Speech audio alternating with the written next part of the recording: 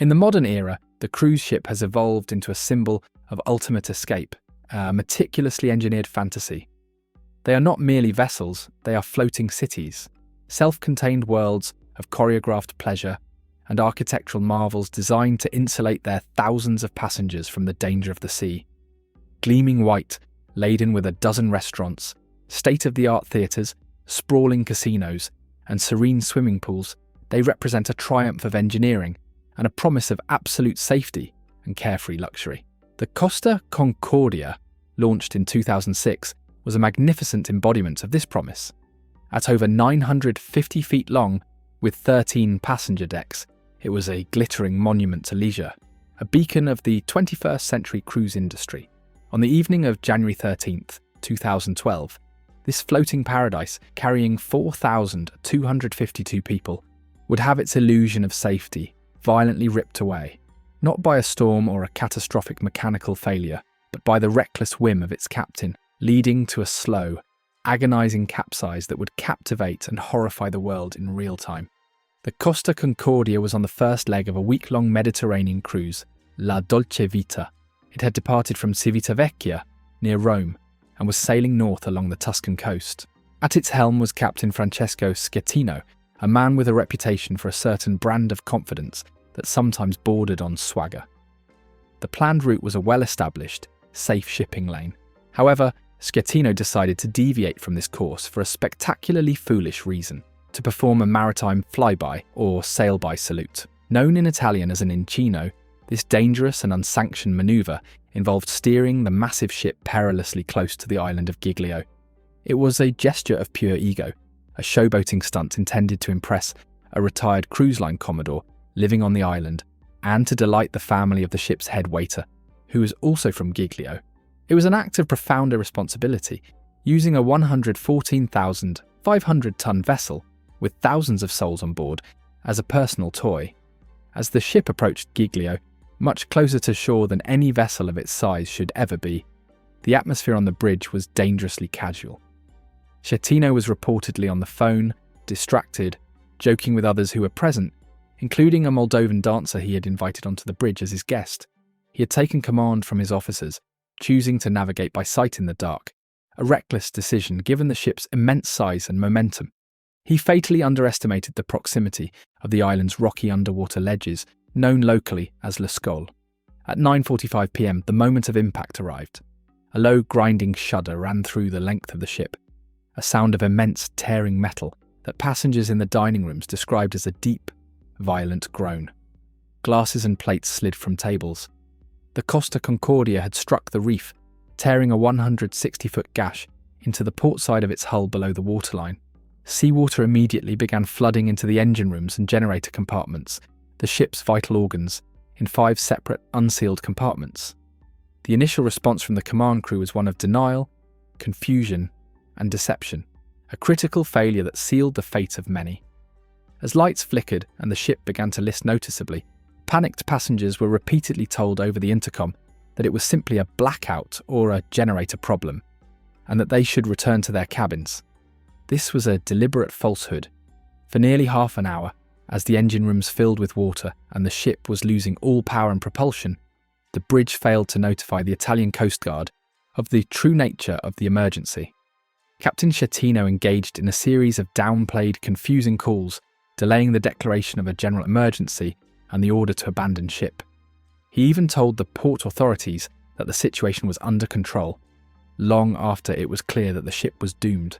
This crucial lost time meant that by the time the evacuation order was finally given, well after 10:30 p.m, the ship's list had become so severe that launching the lifeboats on the high starboard side was becoming impossible.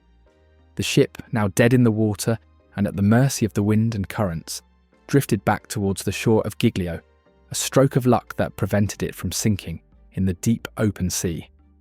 It eventually ran aground on a rocky ledge, which stabilised it and began its slow, inexorable capsize onto its starboard side. The scene on deck devolved into absolute chaos. The gentle slope of the deck became a treacherous, near-vertical precipice of polished wood and metal. People screamed, cried, and slid across the tilting floors, trying to climb uphill to reach the portside lifeboats. Elevators had stopped working, trapping people inside. In the absence of clear leadership from the bridge, many crew members, particularly the service staff from across the globe, acted with immense courage, forming human chains to help elderly passengers across the treacherous decks and struggling to launch the remaining lifeboats. It was during this chaos that the most disturbing element of the disaster unfolded: the total abdication of responsibility by the captain. Francesco Schettino, the man whose arrogance had caused the catastrophe, abandoned his ship. Before the evacuation was even complete, he boarded a lifeboat while thousands of passengers and crew were still trapped on the listing, dying vessel. His actions were a profound betrayal of the most sacred maritime tradition: that a captain goes down with his ship, or is at least the last to leave.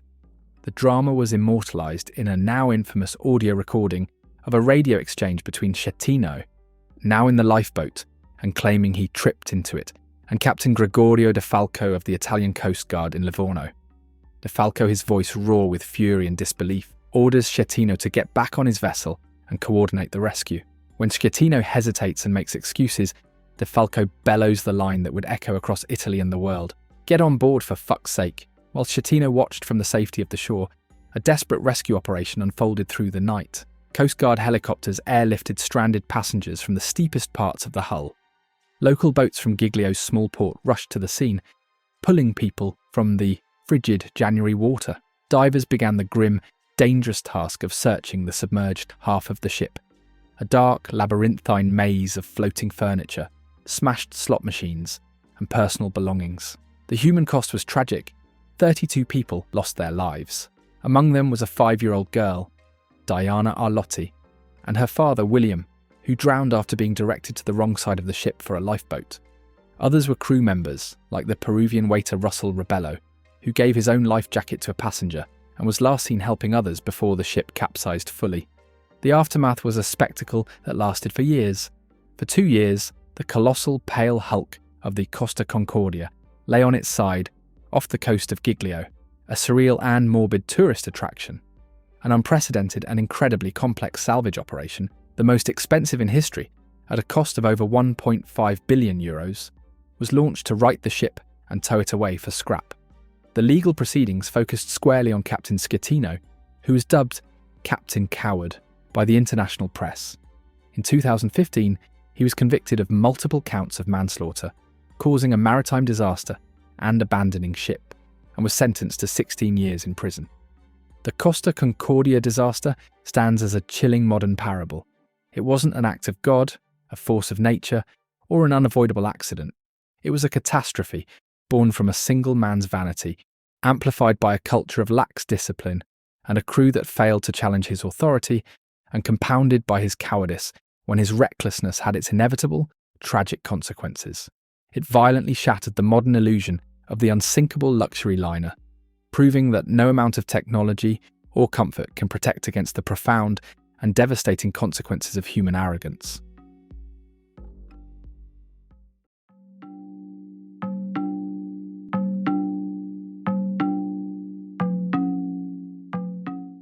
A school trip is a rite of passage, a treasured memory of youth filled with excitement, friendship, and a first taste of freedom from the watchful eyes of parents. For the 325 students of Danwon High School in Ansan, their 4-day trip to the popular holiday island of Jeju was exactly that, the celebratory culmination of their school year, a final adventure together before facing the intense pressure of college entrance. On the evening of April 15, 2014, they boarded the MV Sewol, a large, multi-decked ferry. The atmosphere was light and joyful, a vibrant scene of teenagers taking photos, sharing snacks, and posting excited updates to social media. The ship itself, a 6,800-ton vessel, seemed perfectly ordinary, a routine part of South Korea's extensive domestic ferry network.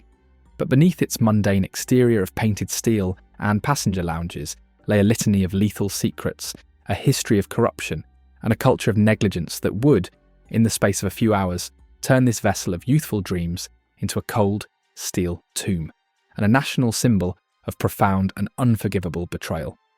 The MV Sewol was a disaster waiting to happen long before it left the port of Incheon that evening.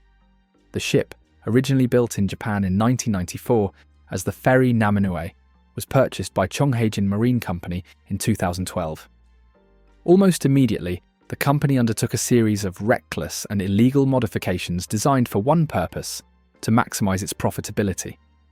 They added an extra deck of passenger cabins to the top of the ship, a modification that not only added weight but also dangerously raised the ship's center of gravity. To compensate for this added weight and to allow for more cargo to be carried below, they drastically and illegally reduced the amount of permanent ballast that the ship was required to carry. From that moment on, the Sewol was a fundamentally compromised vessel, a ticking time bomb of poor naval architecture. Compounding this inherent instability was a criminal degree of overloading on its final voyage. The ship was carrying 2,142 tons of cargo, more than double its legal limit. This cargo, which included over 180 vehicles, heavy construction materials, and massive steel bars destined for a naval base on Jeju, was poorly and insufficiently secured. Lashing cables and chains were old, sparse, and not properly tightened.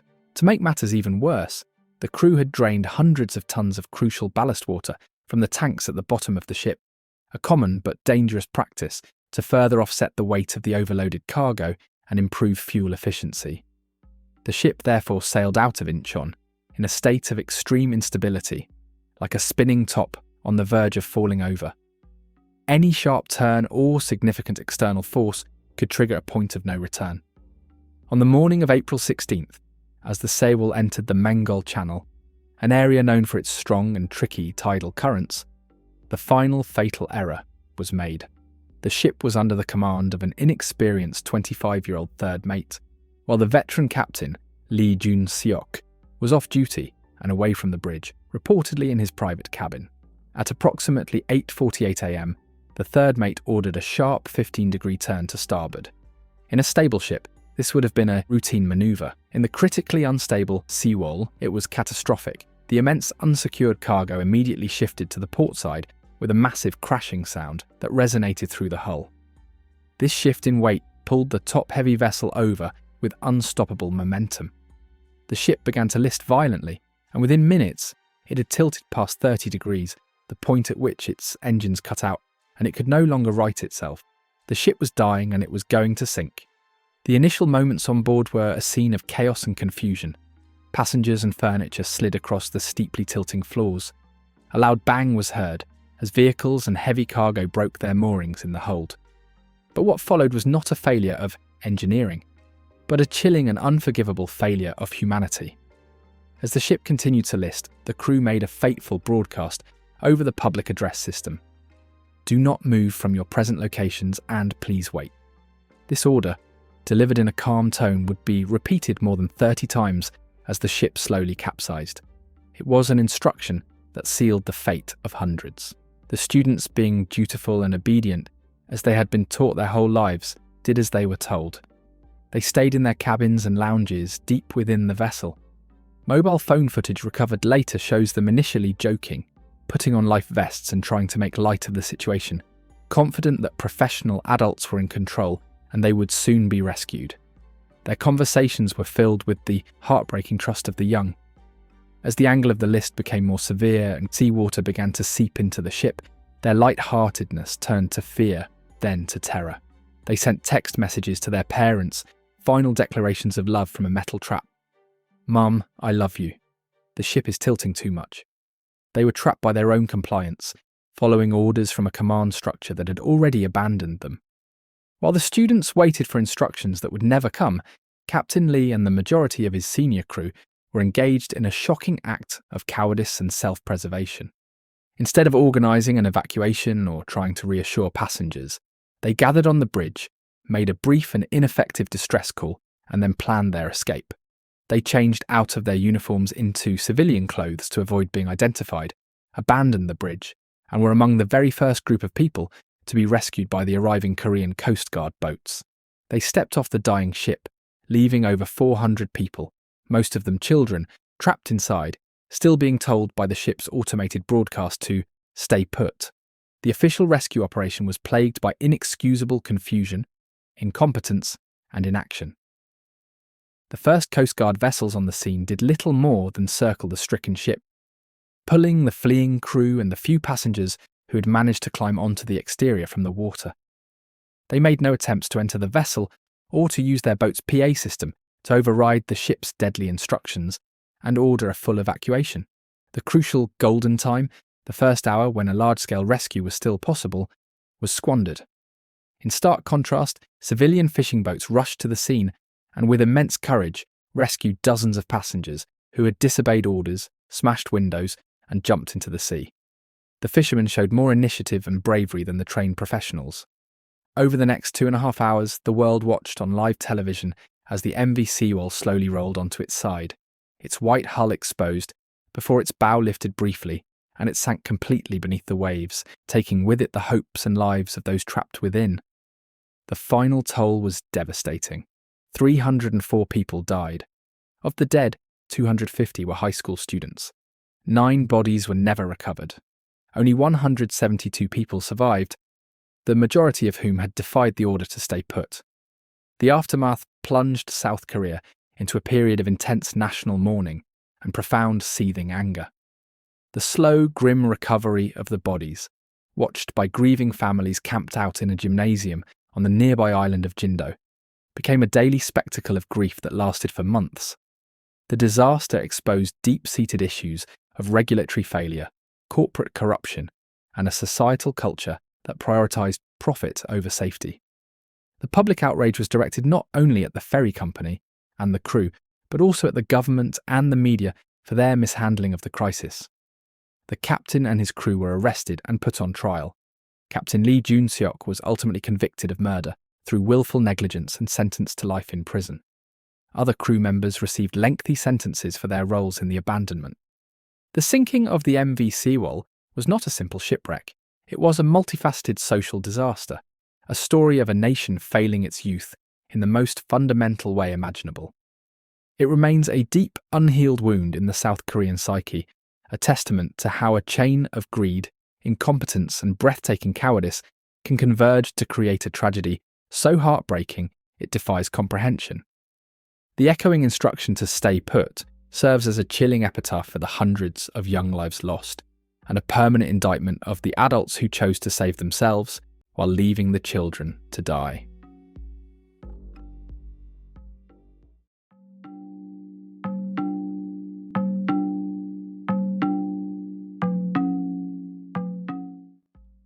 In the final, frantic days before Christmas 1987, the inter-island ferries of the Philippines were the arteries of the nation. They were the lifeblood of the archipelago, packed with university students returning home for the holidays, migrant workers heading back to their provincial families, and merchants carrying gifts and goods for the festive season. The atmosphere aboard these vessels was one of weary excitement, a collective sigh of relief as the end of a long journey home drew near. On the evening of December 20th, one such ferry, the MV Doña Paz, was making its twice-weekly run from Tacloban on the island of Leyte to the capital, Manila. It was a routine 22-hour voyage, one of thousands made every year. Yet this particular journey would not end in joyful family reunions. Instead, it would descend into an unimaginable inferno, an apocalypse at sea that would claim more lives than the Titanic and etch its name in history as a monument to corporate greed and catastrophic failure. The MV Doña Paz was a vessel with a long and tired history. Originally built in Japan in 1963 as the Himayuri Maru, it was a passenger ferry that served Japanese domestic routes for 12 years. By Japanese maritime standards, it was already aging out of service when it was sold to Sulpicio Lines, a major passenger and cargo operator in the Philippines. By 1987, the ship was 24 years old and showing every sign of its age, but it remained a workhorse of the fleet, patched up and pushed into relentless service. Its official passenger capacity was listed as 1,518 people. This number, however, would prove to be a tragic and criminal fiction. In the chaotic, loosely regulated world of Filipino inter-island travel, overloading was a common and tacitly accepted practice, an open secret that boosted profits. On that fateful night, it is estimated that the Doña Paz was carrying more than 4,300 people, a staggering figure almost 3 times its legal limit. Thousands of unregistered passengers, their tickets sold illicitly by crew members for cash, crammed onto every available inch of deck space. They slept on cardboard mats in corridors, set up makeshift camps in lounges, and squeezed into every conceivable nook and cranny. The ship was not just a ferry, it was a dangerously overcrowded floating tinderbox, its population density closer to that of a refugee camp than a commercial vessel. The air was thick with the smell of people and food, and the sound was a constant hum of conversation, crying babies, and radios playing Christmas carols. The voyage began uneventfully. As night fell, the ship entered the Tablas Strait, a busy shipping lane south of Manila known for its strong currents. The weather was fair, and the sea was calm. Most passengers, lulled by the gentle motion of the ship, were asleep. At approximately 10:30 p.m, deep in the strait, and far from the lights of any major port, the unthinkable happened. The Doña Paz collided with the MT Vector, a small coastal oil tanker. The Vector was transporting a massive, highly volatile cargo, 8,800 barrels of gasoline and other petroleum products. The impact was catastrophic. It tore a hole in the tanker, and in an instant, its flammable cargo spilled out like a river of liquid fire, igniting and engulfing both ships and the surrounding sea in a colossal fireball. The scene aboard the Doña Paz devolved into one of pure, primal terror. The collision was described by survivors not just as a crash, but as a violent jolt accompanied by a deafening explosion. Power was lost instantly, plunging the overcrowded ship into absolute, suffocating darkness, illuminated only by the raging inferno that was now climbing up the ship's hull. Panic erupted on a biblical scale. There was no fire alarm, no organised crew response, no instructions given over a public address system. The crew, it was later discovered, were almost entirely unqualified. The captain was reportedly watching a movie in his cabin, and the junior officer on the bridge was uncertified. They were nowhere to be found. Survivors later recounted the horrifying chaos. Thousands of people, roused from sleep by the sound of the collision and the searing heat, stampeded through the pitch-black corridors. They choked on thick, acrid smoke, tripped over bodies and clawed at one another in a desperate attempt to find a way out onto the open deck. The ship's very structure became a trap. The life jackets, a last hope for survival, were found to be padlocked away in storage cabinets, and no one had the keys or the time to break them open. The choice faced by the passengers was a grim calculus of death. They could either stay on board and be roasted alive by the advancing flames, or they could jump into the water below. But the water offered no sanctuary. The ocean itself was on fire. A vast, burning slick of gasoline surrounded the ship, turning the sea into a hellscape. The heat was so intense it was said to have boiled the water. Those who jumped were often immediately engulfed in flames, their screams quickly silenced. To make the horror even more acute, the shark-infested waters of the Tablas Strait awaited anyone who managed to clear the burning slick, a final, terrifying threat in this layered nightmare. People used suitcases, benches, anything that could float as a desperate shield, jumping as far as they could to escape the burning ship, only to land in the burning sea. The official response to the disaster was virtually non-existent. The Doña Paz was not equipped with a functioning radio, and no distress call was ever sent. For an agonizing 8 hours, the Philippine Maritime Authorities and Coast Guard remained completely unaware that the nation's worst ever disaster at sea had even occurred. It was a failure of oversight on a staggering scale. The first rescuers were not official vessels, but local fishermen and the crew of another inter-island ship, the Don Claudio, that happened to be passing through the area hours later. They arrived to a scene from Dante's Inferno. The charred, smouldering hulks of the two ships, a vast field of debris, and the sea littered with the burned bodies of the dead. They managed to pull a small number of survivors from the water, many of whom were severely burned and clinging to floating wreckage.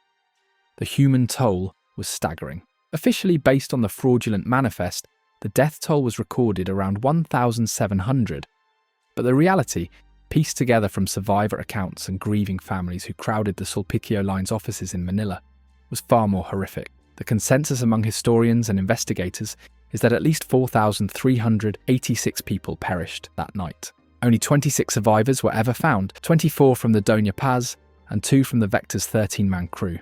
The task of identifying the victims was nearly impossible. Most bodies were either consumed by the fire or lost to the sea, and the few hundred that were recovered were often burned beyond recognition. For weeks, families held vigils at the docks, clutching photographs of their loved ones, praying for a miracle that would never come. The subsequent investigation revealed a litany of lethal failures that pointed directly to Sulpicio Lines and the owners of the Vector. The Vector was found to be operating illegally, without a license, and with an unqualified crew, effectively a phantom ship. The Doña Paz was a catalogue of deadly deficiencies, criminally overcrowded, lacking basic safety equipment like a radio and accessible life preservers, and captained by an incompetent and inattentive crew. The blame was squarely placed on both companies for their gross negligence. Yet despite these findings, the path to justice for the victims' families was long and arduous. Sulpicio Lines, a powerful and politically connected company, continued to operate. In a shocking display of impunity, they were involved in several more deadly ferry disasters in the years that followed. Initial compensation offers to the families were insultingly small. It took over a decade of legal battles for the bereaved to receive any meaningful settlement. The sinking of the MV Doña Paz remains a profoundly disturbing chapter in maritime history. It was not a disaster born of an unpredictable storm or a sudden mechanical failure. It was a man-made catastrophe, methodically constructed from greed, corruption, and a complete and utter disregard for human life. It stands as a terrifying testament to how the prioritization of profit over people can create the conditions for a tragedy of unimaginable proportions, turning a holiday voyage home into a fiery descent into one of the darkest nights the sea has ever witnessed.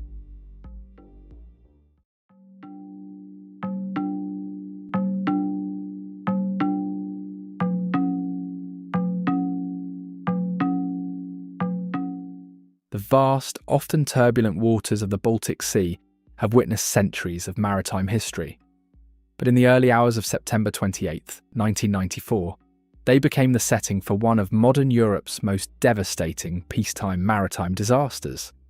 At approximately 1:50 a.m, the MS Estonia, a large roll-on, roll-off car and passenger ferry sailing between Tallinn, Estonia, and Stockholm, Sweden, vanished beneath the storm-tossed waves.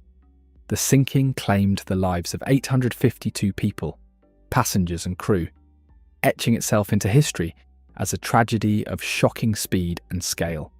Launched in 1980 as the Viking Sally, the vessel sailed under various names and operators before being acquired by Eastland, a joint Estonian-Swedish venture, in 1993. Renamed the MS Estonia, she became a powerful symbol for the newly independent nation of Estonia, representing connection, commerce, and freedom of movement across the Baltic. The route between Tallinn and Stockholm was vital, carrying thousands of passengers, vehicles, and cargo weekly.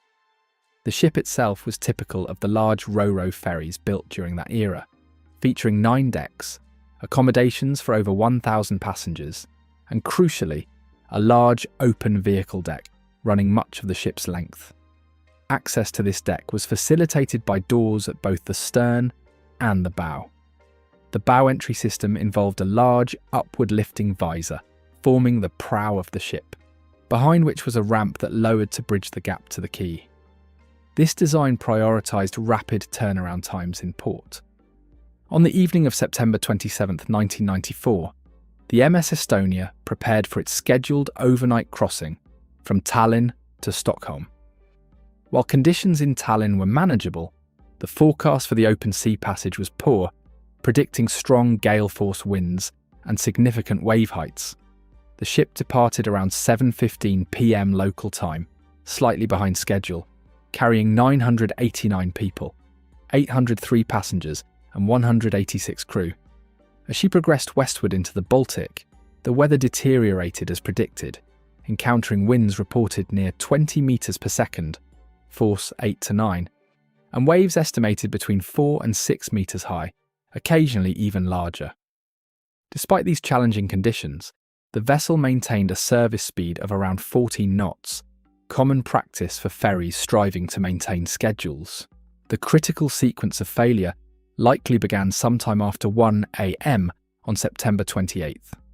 Passengers resting in their cabins, particularly those near the front of the ship, later reported hearing unusual loud metallic noises, described as banging or scraping sounds, emanating from the bow area over a period of perhaps 10 to 15 minutes. These were likely the sounds of the bow visor's locking mechanisms struggling under the immense repetitive stress of pounding waves. The visor, weighing approximately 55 tons, was secured by hydraulic locks at the sides and a manual Atlantic lock at the stem. These locks, particularly the side attachments, were later found to be significantly underdesigned for the actual forces they could encounter in such heavy seas. Under the relentless assault of the waves, these locks began to fail. The hydraulic side locks likely gave way first, placing immense strain on the remaining attachments. Soon after 1:15 a.m, the visor failed completely, torn away from the ship's superstructure and possibly swinging upwards and outwards before detaching entirely. This catastrophic failure exposed the inner loading ramp. Critically, the visor appears to have struck the ramp as it detached, damaging it or forcing it partially open. The ramp itself was intended to provide a secondary watertight barrier, but it too failed under the direct onslaught of the sea or due to the damage inflicted by the visor. With the inner ramp breached, the sea had direct access to the cavernous vehicle deck. Water began flooding onto Deck 1 at an alarming rate. The design principle of ro-ro ferries, with their long, unobstructed car decks optimised for vehicle capacity, now became a fatal flaw. There were no internal bulkheads on this deck to subdivide the space and contain the flooding. Tons of seawater began sloshing across the full width of the ship, the devastating free surface effect. This massive shifting weight of water immediately and drastically reduced the vessel's stability. Within minutes of the ramp breach, the MS Estonia experienced a sudden, violent list to starboard, the right side.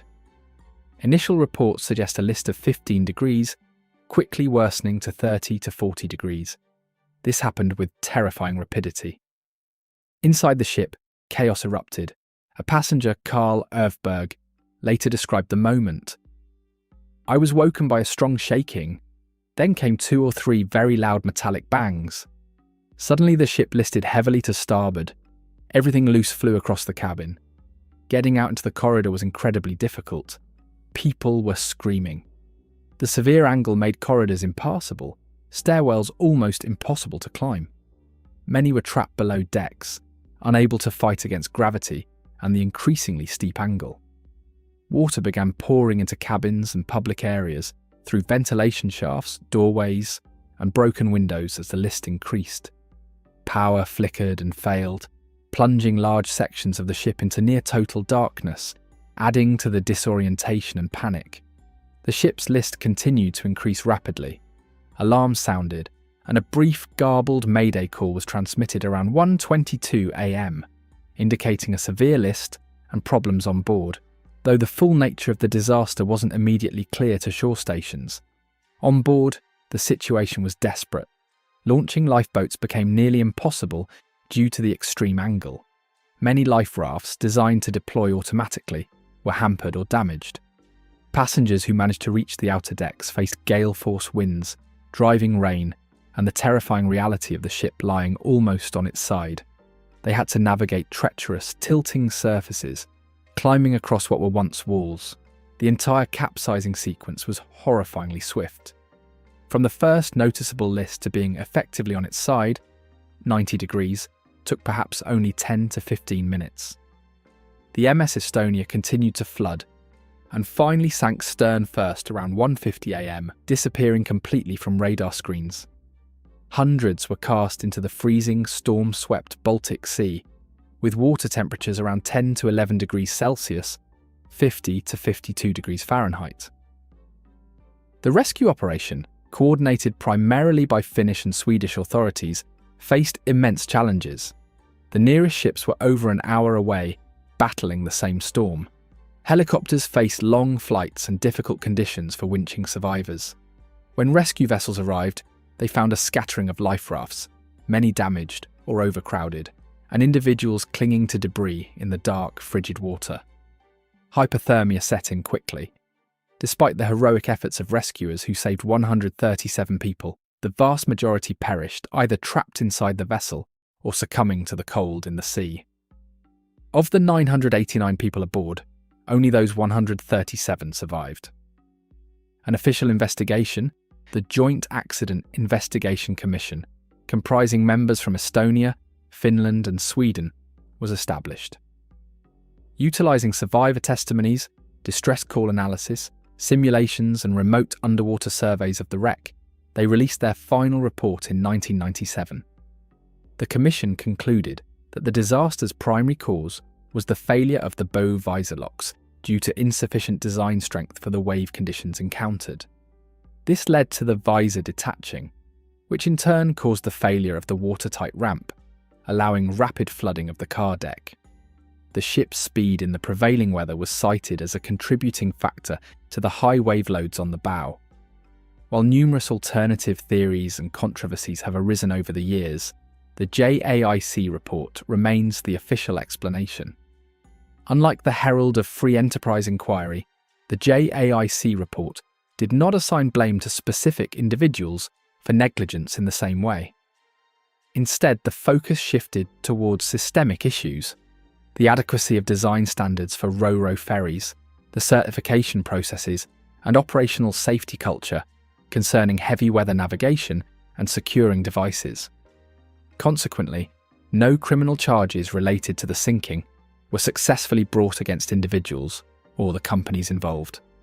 The sinking of the MS Estonia sent shockwaves through the maritime world and led to significant regulatory changes aimed at preventing similar tragedies. Key changes included stricter requirements for the design, strength, locking, and securing mechanisms of bow doors and visors on ro-ro ferries. Enhanced surveillance systems, like CCTV, for monitoring these doors from the bridge became mandatory.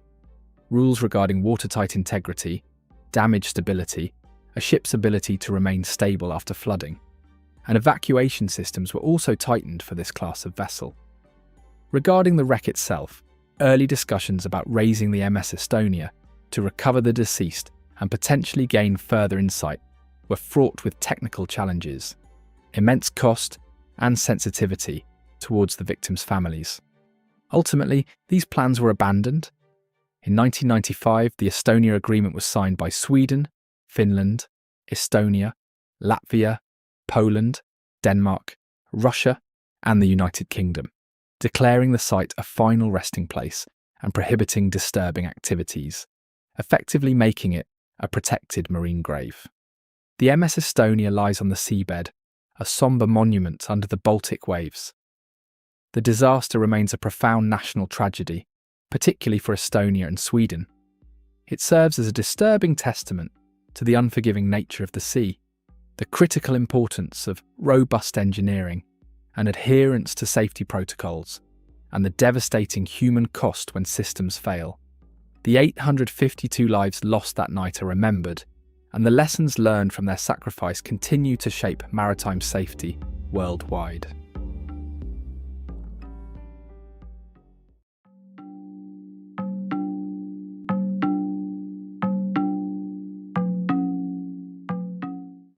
The English Channel ferry crossing is one of the most routine and workaday maritime journeys in the world. For decades, these vessels have served as glorified bus rides across the sea, utilitarian workhorses shuttling millions of passengers, cars and freight trucks between the UK and mainland Europe with monotonous regularity.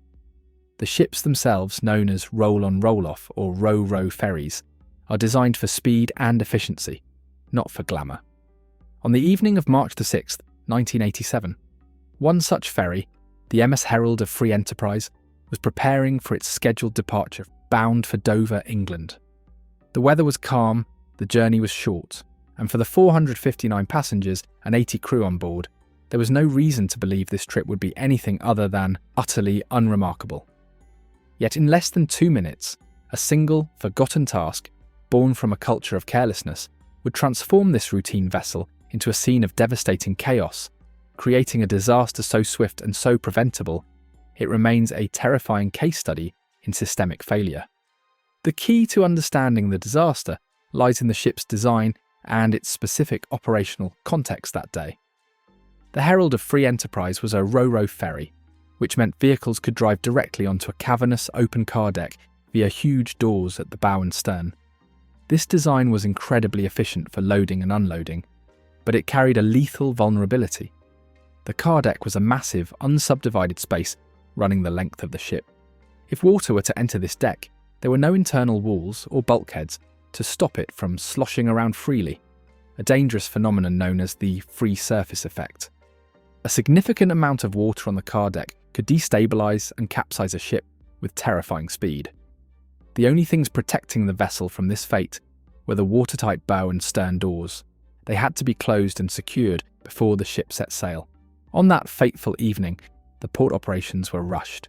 The tide at Zeebrugge was such that the ferry could not use its usual double-decker loading ramp, forcing all vehicles onto the main G-deck. To achieve the correct trim for the journey, the crew had to deliberately pump water into the forward ballast tanks, effectively lowering the bow of the ship in the water. This meant the open bow doors were now only a few feet above the waterline, a critical fact that would soon prove fatal. The task of closing the 300-ton inner and outer bow doors fell to the assistant boatswain, Mark Stanley. After ensuring the vehicle ramp was clear, he was expected to close the doors and then report to his station on the bridge for lookout duties. However, a memo had recently instructed him to also clean the car deck upon arrival, a task which often left him exhausted. As the ship prepared to depart, Stanley, tired from a long day's work, briefly returned to his cabin and fell asleep. He did not close the doors. This single act of human error was the first link in a deadly chain of failures. The boatswain, Terence Ayling, was supposed to stay and witness the doors closing, but he had left the deck, assuming his assistant would handle it.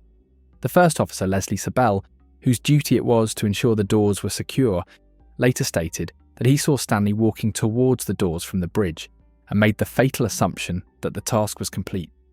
Crucially, the ship's captain, David Lurie, had no way of knowing the doors were still wide open. The Herald of Free Enterprise, a modern ferry, was not equipped with any form of indicator light on the bridge to confirm the status of the bow doors. Requests for such a simple, inexpensive safety device to be installed had been repeatedly made by other captains and officers in the fleet. In a now infamous memo that would become a centrepiece of the inquiry, the management of the ferry company, Townsend Thorson, had dismissed these requests with contempt, branding them as unnecessary and stating, "Do not assume that the shore-based staff is wealthy enough to continue to invest in equipment." This was the voice of the company's culture: schedules and costs over safety. At 7:28 p.m, with its bow doors still gaping open like a huge mouth, the Herald of Free Enterprise left its berth and headed out of the protected inner harbour. As it cleared the harbour wall and entered the open sea, the ship accelerated to its cruising speed of 18 knots. This created a bow wave, a surge of water pushed forward by the vessel's movement. Instantly, seawater began to pour onto the cavernous car deck. Hundreds of tons of cold, heavy North Sea water flooded the vehicle deck in a matter of seconds. The effect was immediate and catastrophic. The immense weight of the water caused the ship to list sharply to its port side. On the car deck, lorries and cars, which were also poorly secured, broke free from their chains and slid across the deck, smashing into the port side and exacerbating the list with an avalanche of steel. Inside the passenger lounges, restaurants and bars, the world was turned upside down with shocking violence. A quiet, mundane scene of people reading, drinking tea and talking was transformed into a nightmare. People, tables, chairs and heavy slot machines were flung across the rooms with lethal force. The lights went out, plunging the ship into a terrifying darkness filled with the cacophony of smashing glass, twisting metal and human screams. From the moment water first entered the car deck to the ship being on its side at a 90-degree angle, a mere 90 seconds had passed. The ship's rapid capsizing was both its tragedy and its salvation. It came to rest on a shallow sandbar less than a kilometre from the shore, with half of its structure submerged and the other half exposed to the cold night air. This prevented it from sinking completely into the deep channel, which would have meant almost no survivors, but for those inside, it was a vertical, darkened maze. Survivors clung to whatever they could in the near-total blackness, drenched in freezing water mixed with oil and diesel from the broken vehicles below. The portside windows were now the floor, and the starboard windows were now the ceiling, 50 feet above. The rescue effort that followed was one of immense bravery. A passenger, Andrew Parker, became a public hero after forming a human bridge with his body to allow others to cross a dangerous gap. Crew members smashed windows to create escape routes. Royal Navy and Belgian divers, along with local emergency services, arrived to a scene of total chaos, working through the night in perilous conditions to rescue those trapped inside the submerged sections of the wreck. The human cost was devastating. 193 people, passengers and crew, lost their lives. They died from drowning, from injuries sustained in the capsize, and from hypothermia in the frigid March water. The subsequent public inquiry, led by Justice Barry Sheen, delivered one of the most damning indictments of corporate culture in modern history. While the immediate blame fell on Stanley, Sewol, and Lurie for their dereliction of duty, Justice Sheen looked deeper at the company itself. His report uncovered a disease of sloppiness and an attitude of complacency that permeated Townsend Thorson from top to bottom. He excoriated a management team that did not have a proper comprehension of what their duties were. The failure to install a simple warning light, a device that would have cost a few £100, was held up as a symbol of a company that prioritised profits and schedules over fundamental safety. For the first time, a major company faced a corporate manslaughter charge, though it ultimately did not result in a conviction due to legal technicalities of the time. The inquiry concluded that the Herald of Free Enterprise disaster was an inevitability caused by years of negligence. It was a catastrophe born from a complete and systemic breakdown of procedure, communication, and responsibility. The tragedy served as a brutal wake-up call, leading to sweeping changes in maritime safety regulations, including the mandatory implementation of the International Safety Management Code. Yet its legacy remains a testament to how a culture of corporate indifference and a series of small failures can compound with breathtaking speed into a disaster with immense consequences.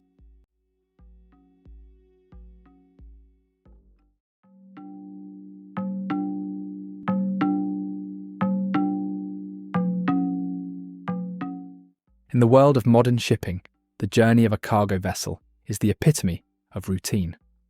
These steel leviathans are the unsung workhorses of the global economy, their voyages governed by schedules, satellite navigation, and complex weather data, all designed to make the treacherousness of the sea a predictable, manageable variable. On the evening of September 29, 2015, the SSL Faro, a 790-foot cargo ship, departed from Jacksonville, Florida, on its regular weekly run to San Juan, Puerto Rico. It was a trip the ship and its 33-person crew had made hundreds of times, but this voyage would be different. Unbeknownst to most of the world, a tropical storm named Joaquin was rapidly intensifying in their path, a meteorological bomb about to detonate. The story of the El Faro is a slow, agonizing, and ultimately preventable journey into the heart of a maelstrom, all captured with chilling clarity in the ship's final audio recordings. The El Faro, Spanish for the lighthouse, was an old ship. Launched in 1975 as the Puerto Rico, she was a veteran of the seas, a roll-on, roll-off vessel designed to carry vehicles and cargo containers between decks. By 2015, she was 40 years old and showing her age, an antique in an industry of newer, larger, and more technologically advanced vessels. The ship was scheduled for retirement in just a few months. Critically, she was sailing with open-top lifeboats, an outdated design that had been grandfathered in under old regulations. These lifeboats were utterly unsuitable for launching in hurricane conditions, a fact that would prove tragically significant. The company that owned her, Tote Maritime, was known for its emphasis on reliable, on-time service. This pressure to maintain a strict schedule was an unspoken but constant factor in the lives of the crew and, critically, in the decision-making of its captain, Michael Davidson. Davidson was a 53-year-old veteran mariner from Maine, a man with decades of experience at sea. As the El Faro steamed southeast into the night, he was monitoring the progress of Tropical Storm Joaquin. His critical error, and the first link in a fatal chain, was his reliance on outdated weather information. The ship was not equipped with the most modern weather forecasting software. Instead, it relied on text-based reports and satellite imagery sent in packets twice a day. These weather faxes were often 6 or more hours old by the time they were analysed on the bridge, a dangerous lag time when dealing with a rapidly evolving storm. These old reports consistently showed Joaquin as a moderate tropical storm on a path that the El Faro could supposedly skirt by to the south. Based on this flawed data, Davidson chose to stick to his direct, familiar, and most fuel-efficient route, rather than taking a longer, safer southerly route that would have kept him far from the storm's potential track. He believed he was making a calculated, professional decision. As the ship sailed through the day and night of September 30th, the junior officers on the bridge began to express growing, audible concern. The new weather forecasts they were receiving via their personal devices showed that Joaquin had exploded in intensity and was now a major hurricane, and its track was shifting directly towards them. The second mate, Danielle Randolph, and the third mate, Jeremy Ream, both suggested to the captain that they alter course further south. Their concerns are captured with heartbreaking clarity on the ship's voyage data recorder, the vessel's black box, which was later miraculously recovered from 15,000 feet of water. The audio from the bridge reveals a captain supremely confident, even dismissive of the storm and his crew's anxieties. In one exchange, the third mate suggests the southerly route. Davidson replies, "No, we're not going to do that. We're going to stay on this side of it." He tells his officers that he has experience with storms and believes he can shoot under Joaquin, a fatal miscalculation against the fury of a Category 4 hurricane. The culture on the bridge was one where the captain's word was final, and his overconfidence effectively shut down any further debate. The junior officers, despite their correct assessment of the danger, were left with no recourse. By the early morning of October 1st, there was no more denying reality. The El Faro had sailed directly into the hurricane's eye wall. The ship was being hammered by waves estimated at over 40 feet high and winds gusting well over 140 miles per hour. The VDR audio captures the terrifying sounds of the ship being brutalized by the storm. The constant, deafening roar of the wind, like a jet engine that never ceases. The thunderous crash of massive waves against the hull, and the cacophony of alarms beginning to sound throughout the vessel. The ship developed a severe list to port, as the violent rolling motion caused cars and cargo to break loose in the hold and shift to one side, a problem that could not be corrected in the raging sea. Then came the final, fatal blows. At approximately 5:43 a.m, a huge wave is believed to have smashed across the deck, flooding an open scuttle or hatch that a crew member had left unsecured. Seawater began pouring into one of the cargo holds. This influx of water exacerbated the list, making the ship even more unstable. A little over an hour later, at 6:54 a.m, the crew reported to the captain that the ship had lost lube oil pressure to its main engine, likely due to the extreme list. The engines shut down. The El Faro was now dead in the water, a powerless steel coffin at the mercy of the most violent part of the hurricane. The last 30 minutes of the VDR audio are a harrowing, almost unlistenable record of a crew fighting for their lives against impossible odds. The captain can be heard trying to assess the flooding, his earlier confidence completely shattered and replaced by a growing desperation. He gives the order to abandon ship, but it is a futile command. The severe list, the hurricane-force winds, and the mountainous seas would have made launching the archaic open-top lifeboats an act of suicide. One of the last audible conversations is of the captain trying to help a terrified helmsman who cried out, "I'm a goner, I'm not going to make it." The captain tries to calm him, telling another officer, "Get on the radio, tell him we're going down." The final recording from the bridge is of Captain Davidson yelling, his voice strained with the roar of the wind, "Everybody get off! Get off the ship! Stay together!" The audio ends abruptly at 7:39 a.m. Then there is only the ghostly silence of the deep. The search and rescue effort was massive, but it was too late. Only a single body in a survival suit was ever recovered, along with a heavily damaged lifeboat and a field of debris. The wreck of the El Faro was located 3 weeks later, sitting upright in 15,000 feet of water. The even more remarkable recovery of its VDR a year later provided the unvarnished, terrifying truth of what happened on that bridge. The National Transportation Safety Board investigation was scathing. It was one of the most exhaustive in the agency's history. It placed the primary blame on Captain Davidson for his poor decision-making, his overconfidence, and his failure to heed his officers' warnings. But it also condemned Toke Maritime for its weak safety culture, for failing to provide the crew with the most up-to-date weather tools, for sailing a 40-year-old ship into a hurricane, and for fostering an environment where a captain felt immense pressure to prioritise the schedule over the safety of his crew. The loss of the SSL Faro is a uniquely modern maritime tragedy. It is a story of reckless overconfidence, reliance on outdated information, and the relentless pressure of modern logistics forcing a crew to sail a 790-foot ship directly into the abyss. The final audio recordings are a chilling memorial to the 33 souls who faced down a hurricane, their final desperate moments forever preserved in a ghostly echo from the bottom of the sea.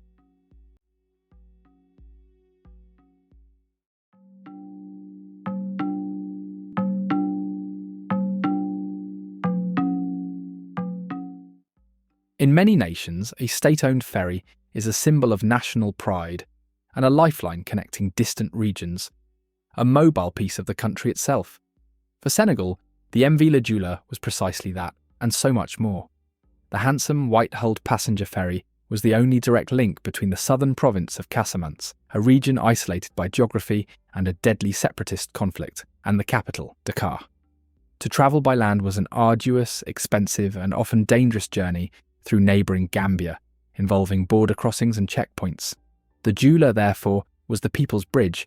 It was a floating community where markets were held, families reunited, soldiers travelled to and from their posts, and students journeyed to university. On the afternoon of September 26, 2002, as it prepared to depart from the port of Ziguinchor, the Joola was, as always, bustling with life.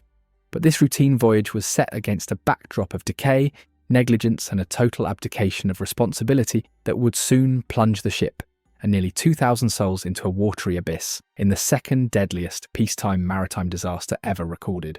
The MV La Joola was a disaster foretold in years of warning signs.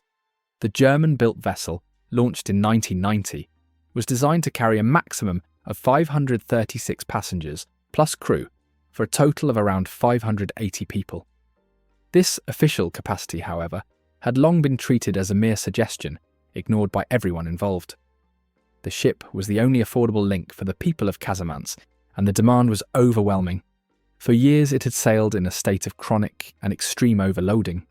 Tickets were sold with abandon, and countless more people, merchants with their goods, students, entire families, simply crowded aboard, their passage secured with a small bribe to a crew member.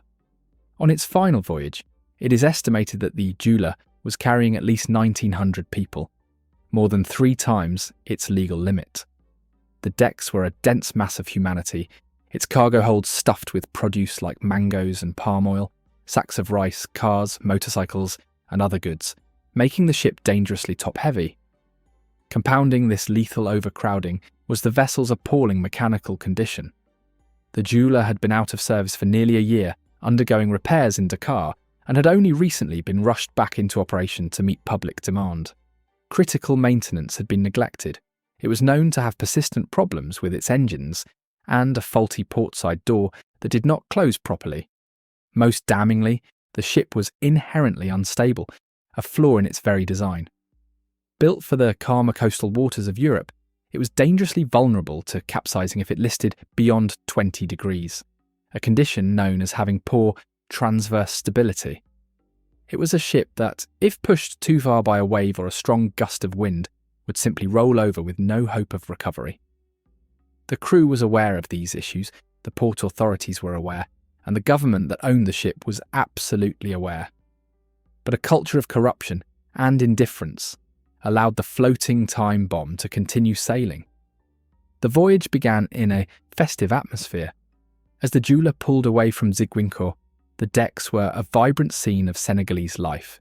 Music played, people danced, merchants sold grilled fish and peanuts, and children ran through the crowded corridors. For many it was the start of a holiday, or a return to work in the capital. But as night fell, and the ship sailed out of the mouth of the Casamance River and into the Atlantic Ocean off the coast of Gambia, the weather turned. A storm, a seasonal squall common to the region, began to gather strength. The sky, which had been clear, turned a threatening black. The wind picked up and the sea grew rough. For a stable, properly loaded ship, it would have been an inconvenience requiring passengers to head indoors. For the dangerously top-heavy and unstable Joola, it was a death sentence. At approximately 11 p.m, the storm hit the vessel with its full force. Torrential rain lashed the decks and winds exceeding 70 kilometers per hour slammed into the ship's port side. The effect was instantaneous and catastrophic.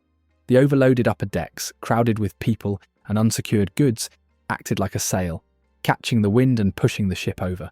It listed violently, sending a cascade of cargo, vehicles, and people sliding across the decks in a horrifying avalanche. The list quickly exceeded its critical point of no return.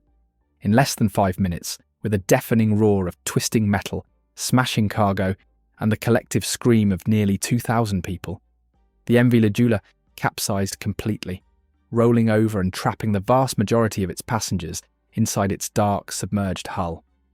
There was no time to launch the lifeboats, no time to send a distress signal, no time for anything but a few seconds of abject terror before the ship was upside down in the churning water. What followed was one of the most horrifying and shameful chapters in the history of maritime rescue. The ship capsized in relatively shallow international waters, but no distress call had been sent. For hours, the Senegalese and Gambian authorities were completely unaware of the disaster.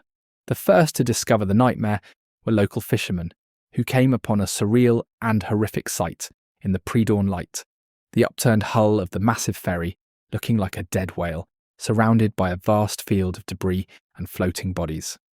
Clinging to the slippery, exposed hull were a small group of survivors who had been on the upper decks and managed to escape the sinking vessel and climb on top. These survivors would endure a second ordeal, a long, torturous night and morning. They were stranded on a surreal island of the dead and dying, listening to the muffled sounds of those still trapped alive inside the hull, banging, screaming and crying that slowly faded over the next few hours as the air pockets filled with water. The official rescue effort was agonizingly, criminally slow. Despite being alerted by the fishermen early in the morning, the Senegalese military, whose own soldiers were on the ship, did not dispatch rescue teams for many hours. Bureaucratic indecision and a lack of resources created a fatal paralysis. It was not until the afternoon of September 27th, more than 15 hours after the ship had capsized, that the first official rescue vessels arrived. By then, many who had survived the initial sinking had succumbed to hypothermia, drowned after losing their grip on the hull, or were reportedly taken by sharks that had been drawn to the scene. The divers who finally entered the wreck were met with a scene from a nightmare. The interior was a tangled, dark maze of bodies, corridors and stairwells blocked by the dead, many of whom were found holding their children. They managed to find a few survivors in air pockets, but they were the last. The vast majority of the victims were women and children, trapped on the lower, more crowded decks. In the end, of the estimated 1,927 people on board, only 64 were rescued. At least 1,863 people had died, a staggering loss of life that makes it the second deadliest non-military maritime disaster in history, with a death toll far exceeding that of the Titanic and the MS Estonia combined. The aftermath was a story of national trauma and official evasion. The Senegalese government was heavily criticised for its slow response, its attempts to downplay the death toll, and its abject failure to hold anyone accountable. A government report ultimately blamed the captain, who went down with his ship, and the endemic overloading, but no high-ranking officials were ever prosecuted for allowing a dangerously unseaworthy and overcrowded ship to sail. The families of the victims were left with little more than grief and a profound sense of betrayal by the state that was supposed to protect them. The wreck of Joola was left on the seabed for years before being partially salvaged. The sinking of the MV Joola was a man-made catastrophe, a predictable and preventable slaughter born from a culture of corruption, greed, and a staggering indifference to human life. It stands as a profoundly disturbing monument to the consequences of systemic failure, where a nation's pride became its greatest shame and a routine ferry ride became one of the darkest nights in the history of the sea.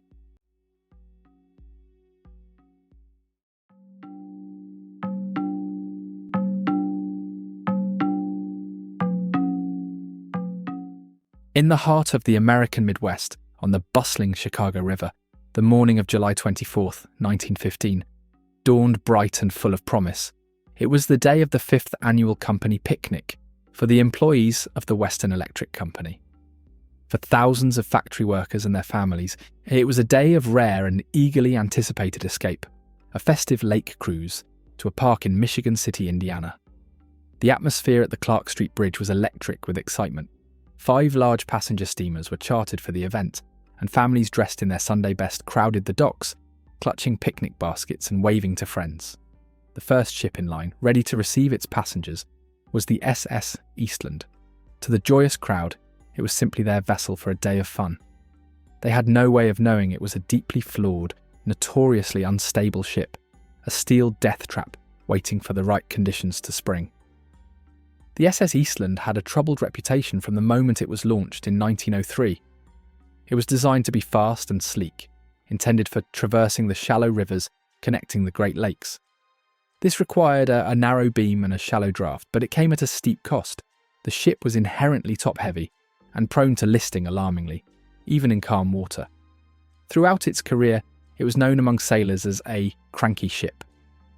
It had experienced several incidents of severe listing that terrified passengers and crew alike. In an attempt to fix its stability problems, previous owners had employed a series of bizarre and ultimately dangerous modifications, including adding tons of concrete to its lower decks as a form of permanent, crude ballast.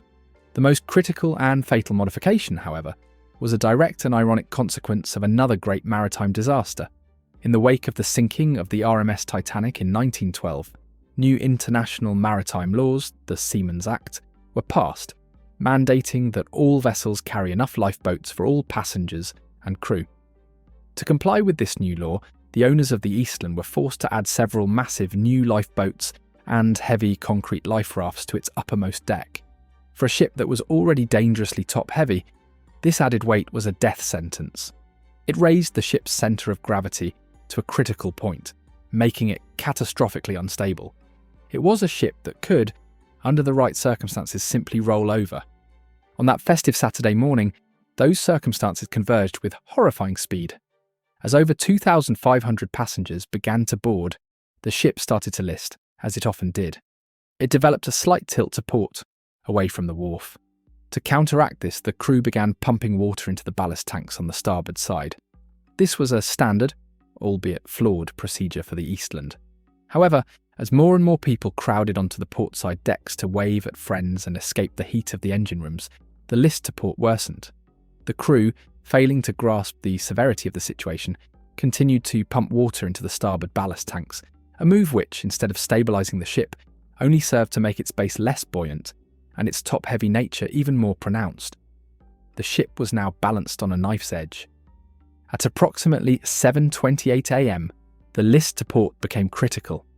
Onlookers on the wharf and on the nearby bridge watched in a mixture of confusion and dawning horror as the ship began to slowly, inexorably, roll over. It was a slow, sickening motion that gave people moments to comprehend the unfolding nightmare, but no time to escape it. Water poured through the open gangways and portholes on the port side.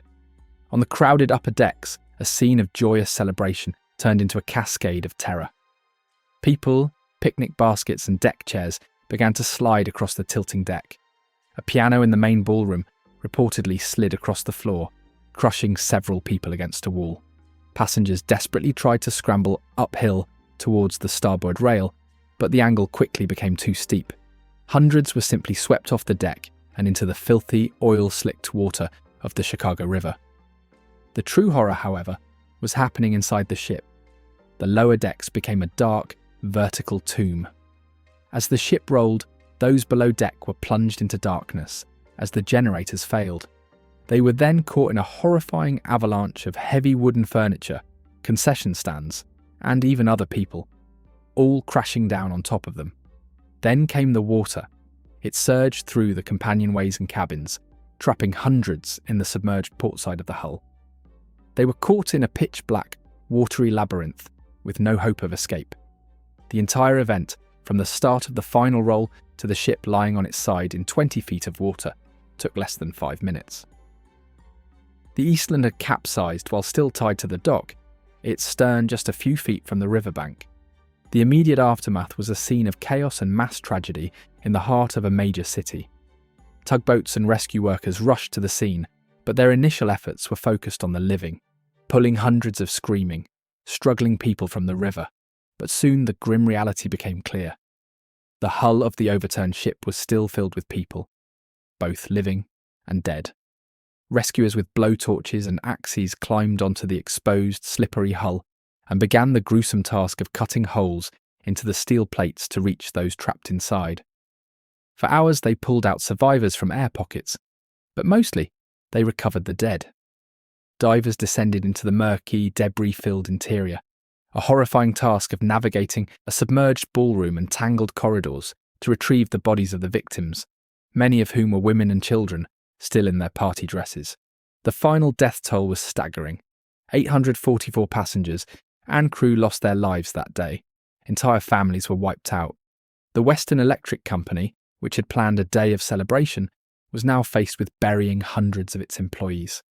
The city of Chicago was plunged into mourning, its morgues overflowing. The subsequent inquiry placed blame on the ship's engineer for mishandling the ballast tanks, but public outrage focused on the ship's owners and the inspectors who had certified the notoriously unstable vessel as seaworthy just weeks before. In a final, bitter twist, no one was ever successfully prosecuted or held criminally responsible for the disaster. The SS Eastland disaster remains one of the most disturbing shipwrecks in history because of its sheer proximity to safety. It was not a battle against a raging storm or a remote ocean. It was a fundamental failure of physics and human responsibility that unfolded in calm water, in plain sight of thousands, just steps from dry land. It is a chilling story of how greed and negligence converged to turn a happy summer outing into one of the most concentrated losses of life in American history.